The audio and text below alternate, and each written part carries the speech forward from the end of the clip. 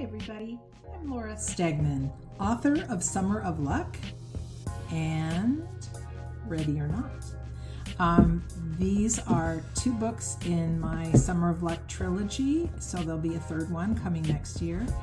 Summer of Luck is about three kids who struggle with talking, and they meet at summer camp and they connect with a ghost who haunts a magical carnival, and that ghost helps them find their voices.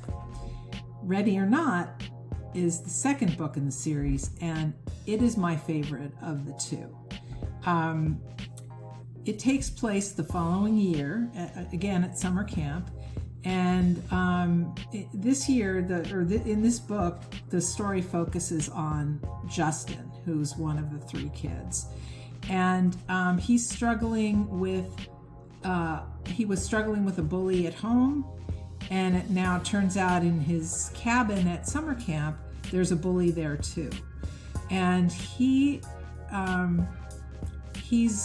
concerned about his ability to help the other kid in his cabin who's being bullied, because he had a bad experience trying to stand up to a bully at home.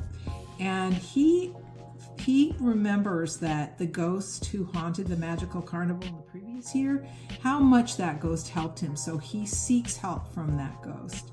And he learns throughout the book that there are a lot of solutions for dealing with situations that he doesn't know how to deal with. And one of the things he learns is to do what's right when everything's wrong. And I really related to this character when I was writing Ready or Not. And I don't have any easy answers for anybody, but I think I provided enough answers in Ready or Not through Justin's interaction with this ghost to help him understand that there's no magic in solutions, but there's real world solutions, and there's ways of getting help, and there's ways of learning what to do when you really don't know what to do. So that's why Ready or Not is my favorite. And I think that probably everything I write becomes my favorite, the most recent one that I wrote.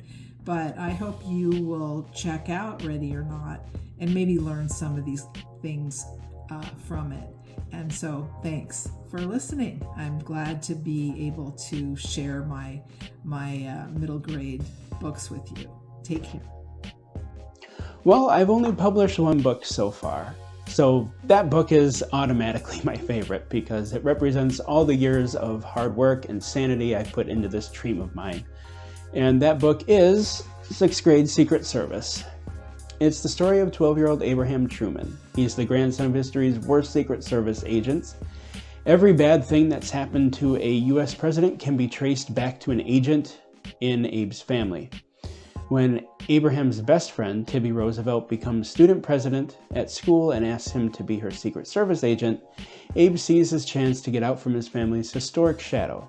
After all, it is only middle school politics. What's the worst that could happen?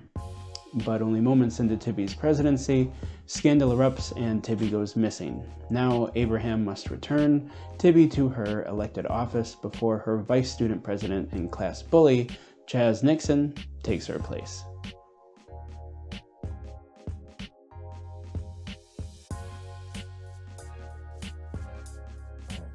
Hello, Legit Kidlit. Answering question number 3. Where do you get ideas for your stories? And do you have any special places or activities that inspire you?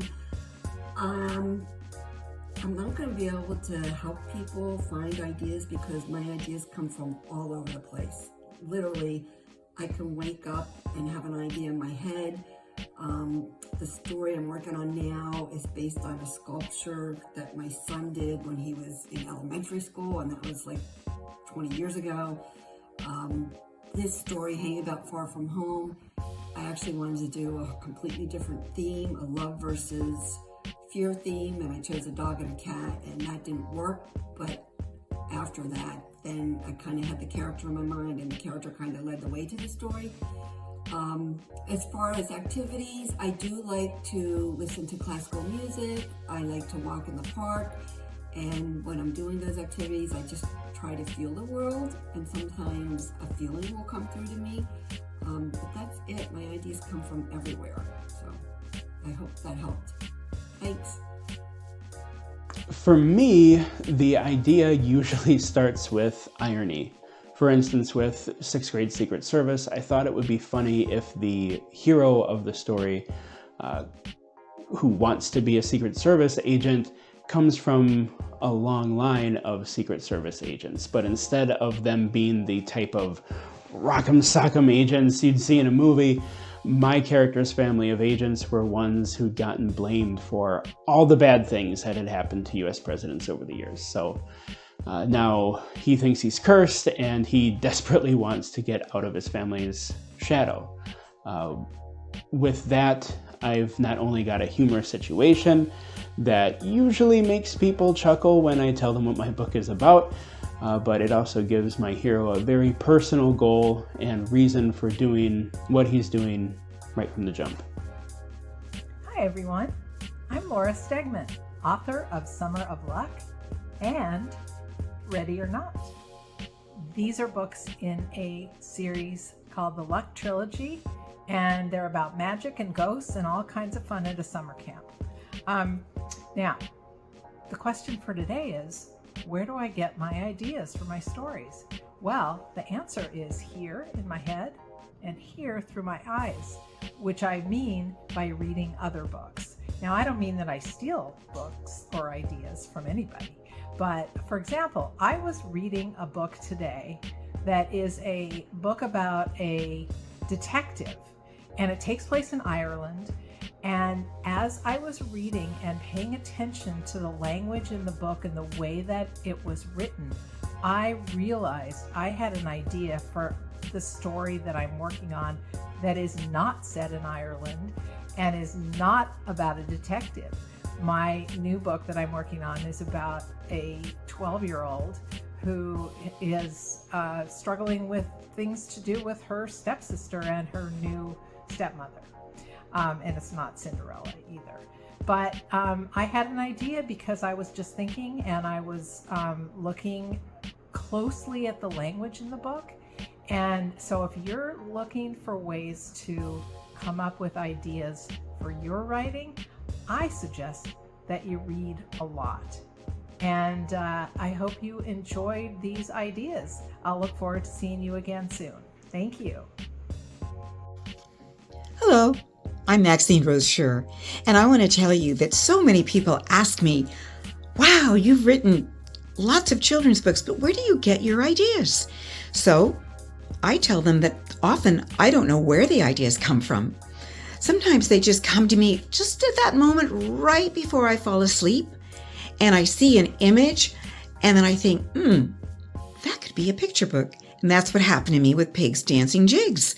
When I saw these rabbits or hares they were all dressed up in tuxedos and top hats, and they were climbing up and down stairs. So that was page for the letter H in my book, Pigs Dancing Jigs, an alphabet book. One time I got lost in a garden maze in London, and that became the idea for my book, The Marvelous Maze. And I don't know. I get ideas from my travels. I get ideas from my friends, from my kids, and sometimes they just come to me in dreams. So my advice, just keep open. Keep your mind open. Keep your eyes and ears open. Ideas will come to you. I assure you. Hello, I'm Jennifer Swanson, the author of 50 books for kids, mostly about science, technology, engineering, and math, STEM. I love science. Oh, so where do I get my ideas? Well, I kind of get them all over the place. I love to read articles. I watch the news. I follow a lot of different topics on social media that I'm interested in. Lately, I've been interested a lot in space and the ocean. And so I will see really cool articles that come out about NASA, maybe about Artemis 2, which is the next rocket that's supposed to go around the moon. And I just read articles, and then I get really intrigued and I get curious about this. Like, how are they going to make this rocket? Or what does it take to send a probe that's going to learn about Europa, which is one of the moons of Jupiter? So I go and I kind of listen to these. There's some great videos on YouTube that also give you more information. I mean, I don't really have any one place I look. I just kind of look around. I also, when I go on trips, like my husband and I go visit places, we always go to cool science centers, or we try and find out if there's museums or history museums there. And I guess I'm a very curious person, so I look all over the place for my ideas. It's always better to write about something that you're interested in and that you love. At least that's what I found. So where do I get the ideas for my stories? Honestly, daily life is a good inspiration for stories. I am a firm believer in write what you know, because you are the authority of your own experience. So the most original stories are going to come from things that you experienced. I can tell you for my picture books, so these are two. This was the first one, when Daddy shows me the sky, and the second, when Mama grows with me. These came out of experiences I've had personally. So for this book, my dad and I looked at the stars, and he was a forester, and so he knew a lot about the stars, and so he would show me the constellations, and that's what inspired this story. The second story was inspired, first of all, by my grandmother and all the gardening I did with her growing up, and then now gardening with my son. My novel, Whispering Through Water, the backdrop of this story was inspired by my small hometown in the Tidewater region of Virginia. And so those experiences that I've had make my stories in my own unique voice. So don't be afraid if you think your story is too simple.